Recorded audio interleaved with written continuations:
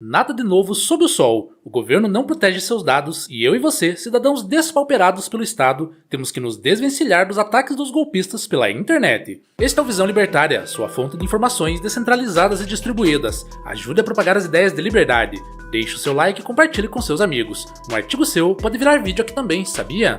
Este artigo foi escrito por Gladys, o Gladiador, revisado por Libertos e narrado por Gordinho Caipira. A era da inocência digital acabou de forma abrupta, e o que estamos vivendo hoje no Brasil não é somente uma crise de segurança cibernética passageira, mas um colapso completo, sistêmico e irreversível da privacidade individual, patrocinado pela incompetência estatal crônica e pela sofisticação crescente do crime organizado digital. Antigamente, nos tempos analógicos, o bandido precisava te abordar fisicamente na rua, armado e correndo riscos para levar sua carteira com algum dinheiro. Hoje, ele compra sua vida inteira, seu número de CPF, RG, endereço completo, renda mensal declarada, filiação, histórico detalhado de saúde, dívidas e até sua biometria facial em um fórum obscuro da internet ou num grupo de Telegram por centavos, sem nunca precisar sair do conforto do seu quarto. A notícia alarmante de que criminosos estão usando dados vazados para aplicar golpes massivos e personalizados de engenharia social não deveria surpreender absolutamente ninguém que acompanha o noticiário. Mas a escala industrial, a facilidade de acesso e a impunidade com que isso acontece são, no mínimo, aterrorizantes. A notícia que vamos analisar agora expõe como golpistas profissionais usam essas informações detalhadas para criar narrativas perfeitas e irrefutáveis. Eles não telefonam mais chutando seu nome ou perguntando com quem eu falo. Eles ligam sabendo exatamente onde você mora, quanto ganha, qual foi sua última compra no cartão de crédito, o nome dos seus filhos e onde estudam. Com esse dossiê completo em mãos, a vítima, muitas vezes idosa, pouco letrada digitalmente ou somente apressada, é manipulada psicologicamente com maestria a acreditar que está falando com o gerente de segurança do seu banco ou com um funcionário legítimo do INSS para uma prova de vida. O resultado prático, contas bancárias limpas em minutos, empréstimos consignados fraudulentos que comprometem a renda de aposentados por anos a fio e uma sensação profunda de violação e impotência que destrói a paz mental de qualquer cidadão. Mas a pergunta de $1 milhão é: como esses dados tão preciosos foram vazados? E é aqui que a história fica realmente feia e indefensável para o lado do governo brasileiro. A narrativa oficial, repetida exaustivamente por porta-vozes e notas à imprensa, tenta jogar a culpa em hackers russos, ataques sofisticados de estados estrangeiros ou falhas pontuais de terceiros. Mas a verdade nua e crua é que o governo se consolidou como o maior e mais perigoso vazador de dados da história do país. Lembre-se do mega vazamento histórico de 223 milhões de CPFs em janeiro de 2021, que expôs dados de mais pessoas do que a atual população viva do Brasil, incluindo milhões de falecidos cujos dados servem para fraudes de pensão. Esses dados não evaporaram, eles foram indexados, organizados em bancos de dados pesquisáveis e estão à venda agora mesmo para qualquer um que tenha acesso à internet e alguns reais no bolso. E o que o governo fez de tão efetivo após esse desastre? Criou a Autoridade Nacional de Proteção de Dados, a ANDP, um órgão burocrático e lento que até hoje distribuiu multas tímidas, abriu processos administrativos intermináveis e emitiu notas de repúdio inócuas, enquanto seus dados continuam rodando livremente na mão de estelionatários, alimentando a indústria do crime. A falta de transparência do governo com seus próprios erros é sistêmica, cultural e beira a cumplicidade por negligência.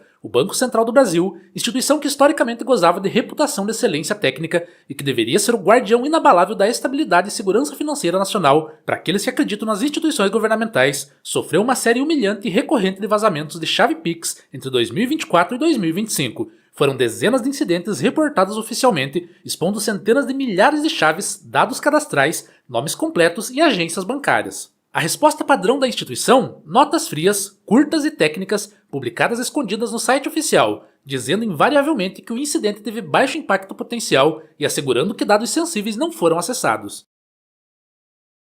Mas o que é baixo impacto para um burocrata sentado em um gabinete em Brasília com estabilidade de emprego? Para o cidadão comum que tem seu nome e CPF usados para abrir contas laranjas em bancos digitais e lavar dinheiro do tráfico de drogas, o impacto é devastador, podendo levar a bloqueios judiciais, nomes sujos na praça e processos criminais indevidos. A tal transparência do Banco Central se resume na prática a admitir o erro meses depois do ocorrido, quando o estrago já está feito e os dados já foram comercializados, e prometer vagamente medidas sancionadoras contra as instituições financeiras envolvidas, medidas essas que o público raramente vê serem aplicadas com rigor. Outro exemplo grotesco e revoltante vem do Ministério da Saúde, em plena pandemia de Covid-19, quando a população estava mais vulnerável e dependente do governo, uma falha primária e amadora no sistema de notificações de casos expôs dados pessoais e médicos de 243 milhões de brasileiros, incluindo autoridades da República como presidente, governadores e ministros. O motivo? Um funcionário de uma empresa terceirizada, contratada pelo governo, deixou as senhas de acesso administrativo visíveis no código-fonte do site, acessível a qualquer um que clicasse com o botão direito do mouse e selecionasse inspecionar elemento.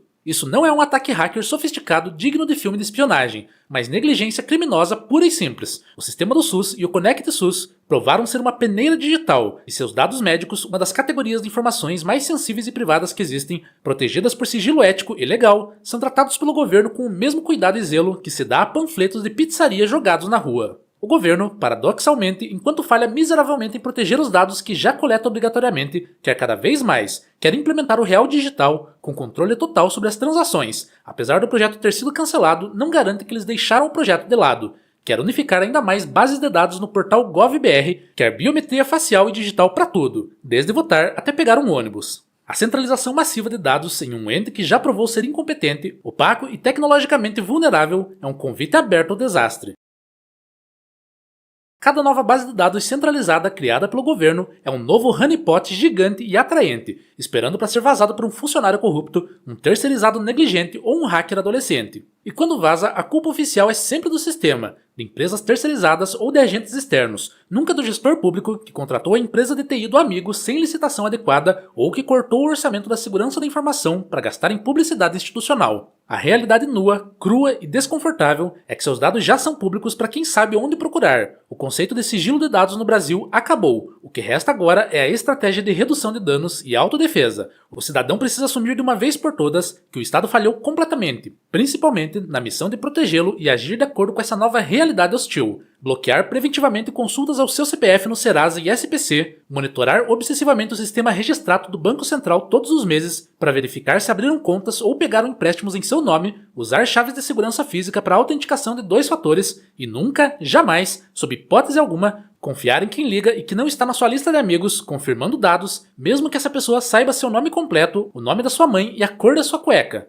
A presunção deve ser sempre a de que o interlocutor é um golpista armado com os dados que o governo deixou vazar. O caso emblemático do vazamento atribuído à Serasa Experian, onde o Ministério Público Federal e o Instituto Sigilo solicitam na Justiça uma indenização de R$30 mil para cada usuário afetado, é um lembrete doloroso de que a justiça brasileira é lenta, burocrática e ineficaz contra o poder econômico e político. A empresa nega veementemente, recorre de todas as decisões, contrata bancas de advogados milionários e anos se passam sem nenhuma resolução. Enquanto o processo se arrasta nos tribunais, os golpes continuam acontecendo diariamente nas ruas e nos telefones. A única solução real e definitiva para esse problema estrutural é a descentralização radical e a retomada da soberania sobre os próprios dados pelo indivíduo, algo que tecnologias emergentes como a identidade autossoberana, Self-Sovereign Identity e a criptografia de ponta a ponta prometem entregar, mas que o governo odeia e combate porque perde o controle centralizado e a capacidade de vigilância sobre a população. No fim das contas, a triste conclusão é que estamos por conta própria nessa selva digital. O governo brasileiro provou repetidas vezes ser incapaz de guardar um segredo, mas continua sendo extremamente eficiente e implacável em cobrar impostos, criar novas burocracias e vigiar o cidadão honesto. Eles querem saber tudo sobre você, o quanto ganha, onde gasta, com quem fala, para te controlar e te taxar com mais eficiência, mas não conseguem ou não se importam em impedir que um garoto de 16 anos acesse o banco de dados do Tesouro Nacional ou do SUS. Essa assimetria de poder e informação é a marca registrada do nosso tempo. O cidadão é transparente como vidro para o Estado e para o crime organizado, enquanto o governo permanece opaco, irresponsável e inalcançável para o cidadão.